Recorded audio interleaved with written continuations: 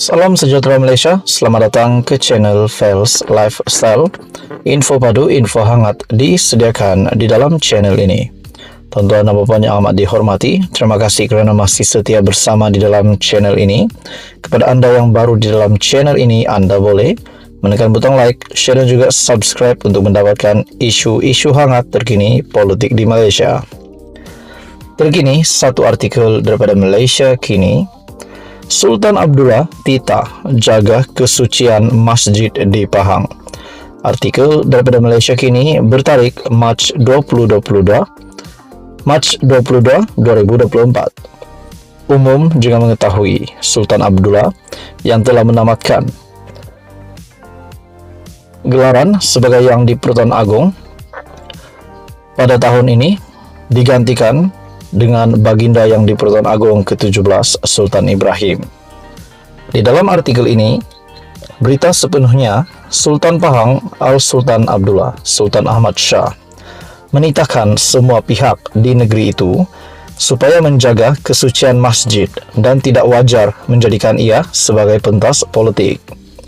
Kita nak Pahang ini negeri yang aman, sentosa dan berharmoni. Bila masa berpolitik 5 tahun sekali. Awak nak berpolitik, politiklah, tapi masjid kita kena jaga kesucian titah Baginda. Pada taklimat pembangunan daerah Maran di pejabat daerah dan tanah Maran baru-baru ini.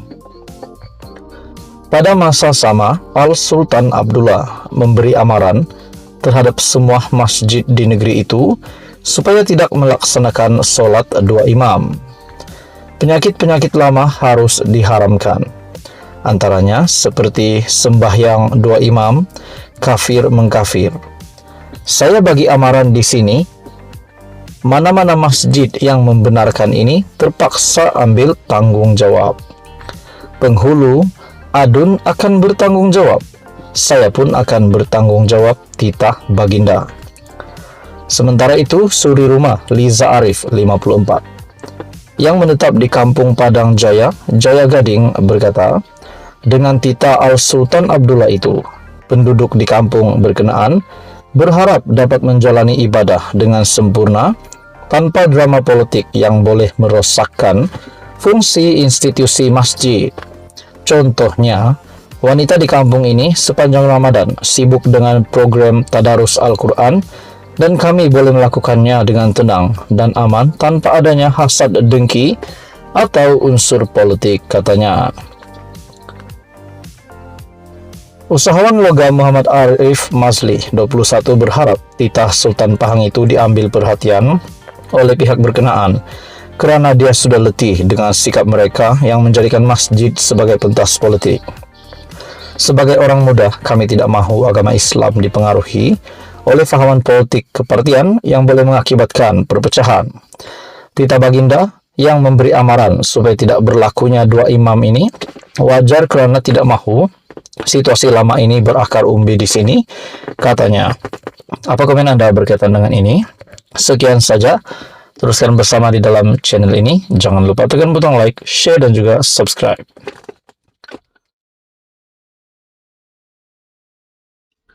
Halo semua, salam sejahtera Malaysia, tuan-tuan dan puan yang amat dihormati. Ini satu lagi dapatan ataupun maklumat yang saya lihat ataupun saya terima daripada Facebook page Ana Tahu. Kali ini kita mendengar sekali lagi nama Menteri Besar Kedah Sanusi dikaitkan dengan satu kenyataan daripada perkongsian Facebook page Ana Tahu, lingkup main dengan Nusi ni. Sebuah syarikat yang dulu canang akan bina plan bernilai RM3 bilion di Kedah Rubber City. Sekarang nilai saham hanya setengah sen. Tapi tanah di KRC dah dijual kepada mereka. Sebuah syarikat yang canang nak bina Widad Langkah Suka bernilai RM40 bilion. Sekarang nilai saham hanya 9.5 sen. Bank mana yang berani bagi pinjam?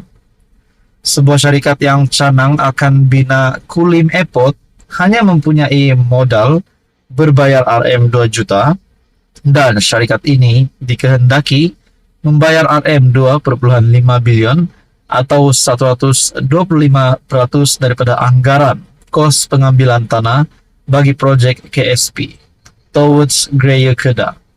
Dikongsikan juga di dalam perkongsian FB page Anak Tahu dengan satu artikel berita, Hong Seng shelves RM 3 billion latex project in Kedah Rubber City.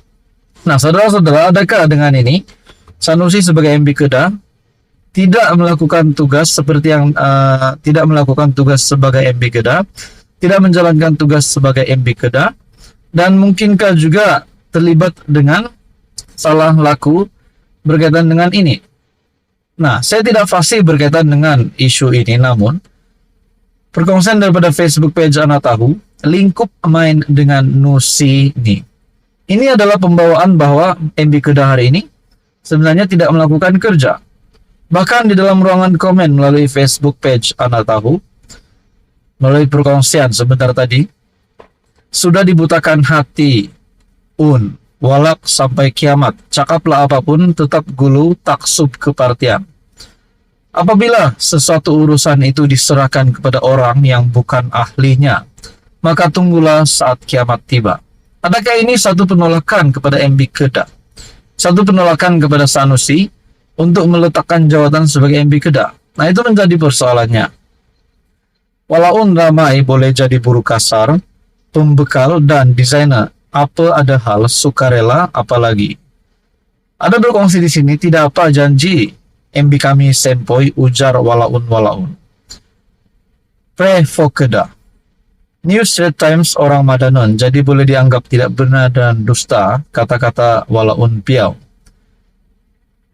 Kedah Rubber City jadi Kedah Eraser City. Benda boleh karaoke, buat apa majukan negeri. The Greater Muhong Kedah. Semoga walaun Kedah jiwa kental. Nah, persoalannya saudara-saudara, adakah perkongsian daripada FB page Anak Tahu ini berkaitan dengan syarikat yang dulu canang akan bina plan bernilai RM 3 bilion di Kedah City, berkaitan dengan sebuah syarikat yang canang nak bina Widat Langkasuka bernilai 40 bilion, berkaitan dengan syarikat yang canang akan bina Kulim Airport hanya mempunyai modal berbayar RM 2 juta. Adakah Sanusi sebenarnya tidak melakukan kerja di sini, ataupun sebenarnya Sanusi terlibat dengan salah guna kuasa ataupun salah guna dana? Nah, itu menjadi persoalannya, saudara-saudara. Namun di dalam ruangan komen ini rata-rata mengecam MB Kedah Muhammad Sanusi.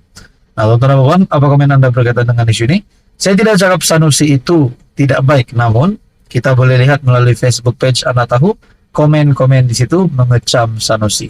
Anda boleh lawat sendiri FB page Anak Tahu. Sekian saja, teruskan bersama di dalam channel ini.